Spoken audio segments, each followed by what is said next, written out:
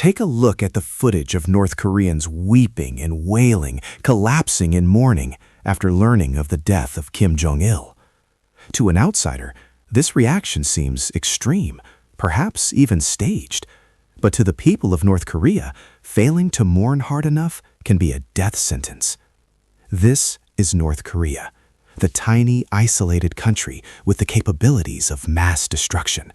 It is a place where civilians adore and worship their communist dictator, or at least that is the show they put on for the world.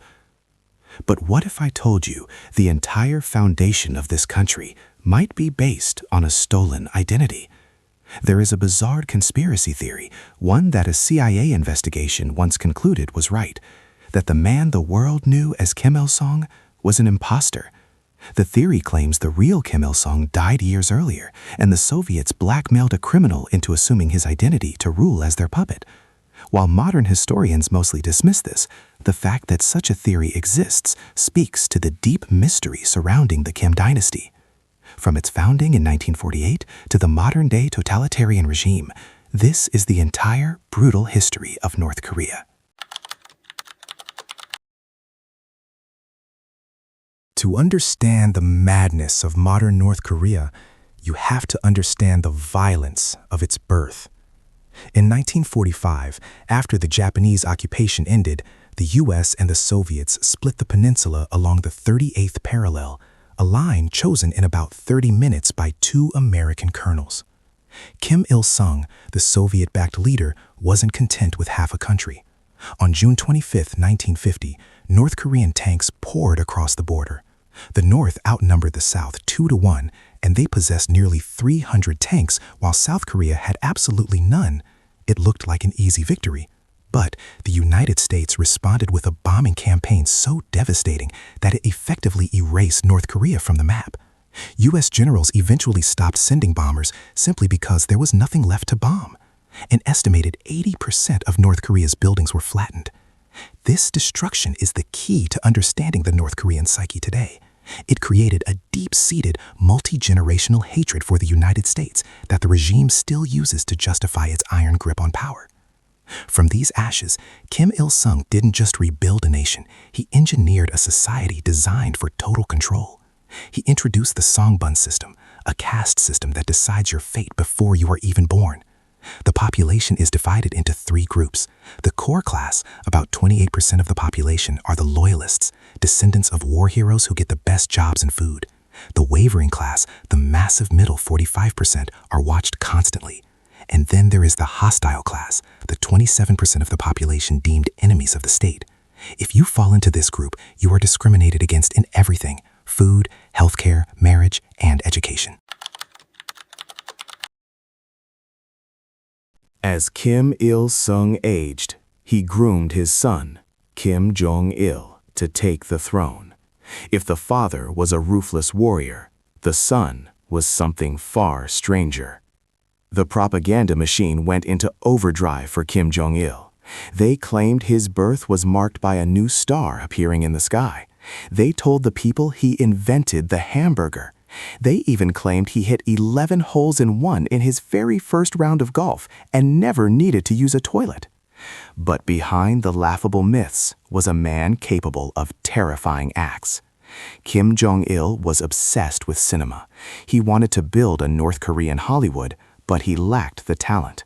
So in 1978, he ordered the kidnapping of South Korea's most famous actress, Choi Eun-hee, and her ex-husband, the director Shin Sang-ok. He imprisoned them and forced them to make movies for the regime, including a communist Godzilla ripoff called Pulgasari. It sounds like fiction, but they were held captive for 8 years before finally escaping during a trip to Vienna. Kim Jong-il's directing wasn't limited to movies, he also directed terror. In 1987, North Korean agents planted a bomb on Korean Air Flight 858. The explosion killed all 115 people on board.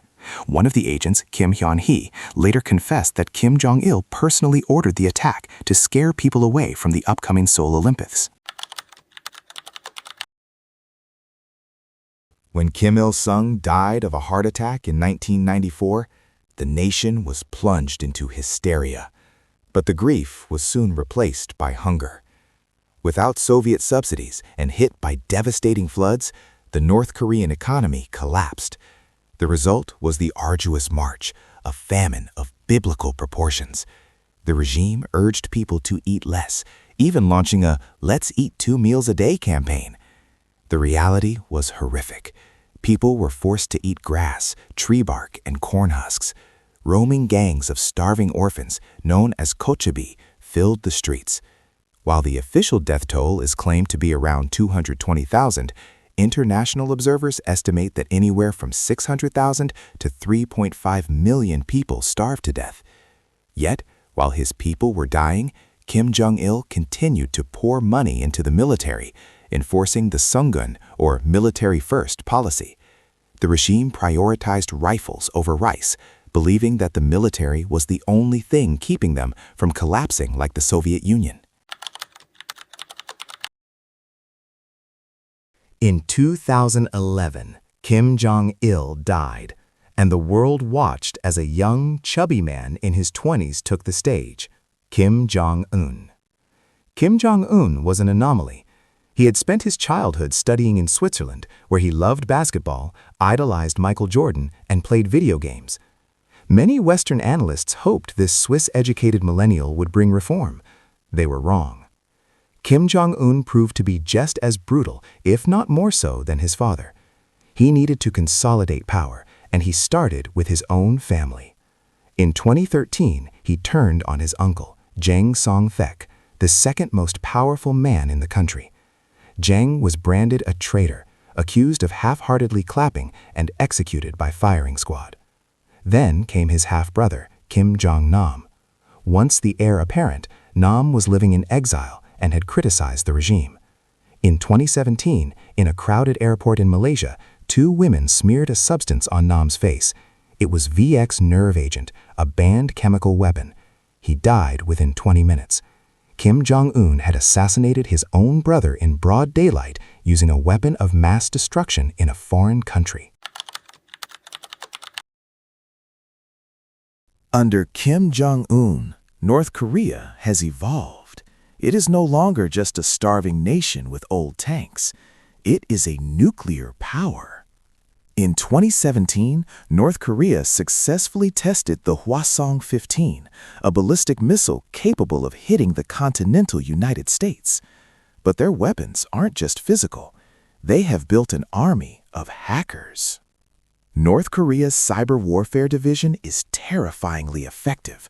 In 2014, they hacked Sony Pictures in retaliation for the movie The Interview, leaking emails and crippling the company. In 2016, they nearly stole $1 billion from the Bangladesh National Bank. Today, they steal billions in cryptocurrency to fund their nuclear program. But for the average citizen, life remains a prison. The country is completely cut off from the global internet. They have Kwangmyong, a closed internet that only allows state-approved information. Foreign culture is a crime. Watching K-pop or South Korean dramas can get you executed. There are strict controls on everything, including your hair, with only 15 state-approved haircuts available. Foreigners aren't safe either. In 2016, American student Otto Warmbier was arrested for trying to steal a propaganda poster. He was sentenced to 15 years of hard labor. When he was finally returned to the U.S. in 2017, he was in a coma, brain dead, and died shortly after. The regime claimed it was food poisoning. American doctors suspected torture. Today, the gap between North and South Korea is the largest income gap between any 2 bordering nations in the world. A defector reaching the South steps from a 1950s dictatorship into a 21st century technological utopia. The regime faces a paradox. To survive economically, they must open up. But if they open up, the people will see the lies they have been fed for 70 years, and the regime will collapse. So Kim Jong-un walks a tightrope. He builds nukes to keep the world at bay and high-tech surveillance to keep his people in check. North Korea is not just a country, it is a cult, a fortress, and a tragedy on a national scale. Whether it ends in reform or a catastrophic collapse remains the ultimate question. But for now, the Hermit Kingdom remains, hiding its darkness behind a wall of silence.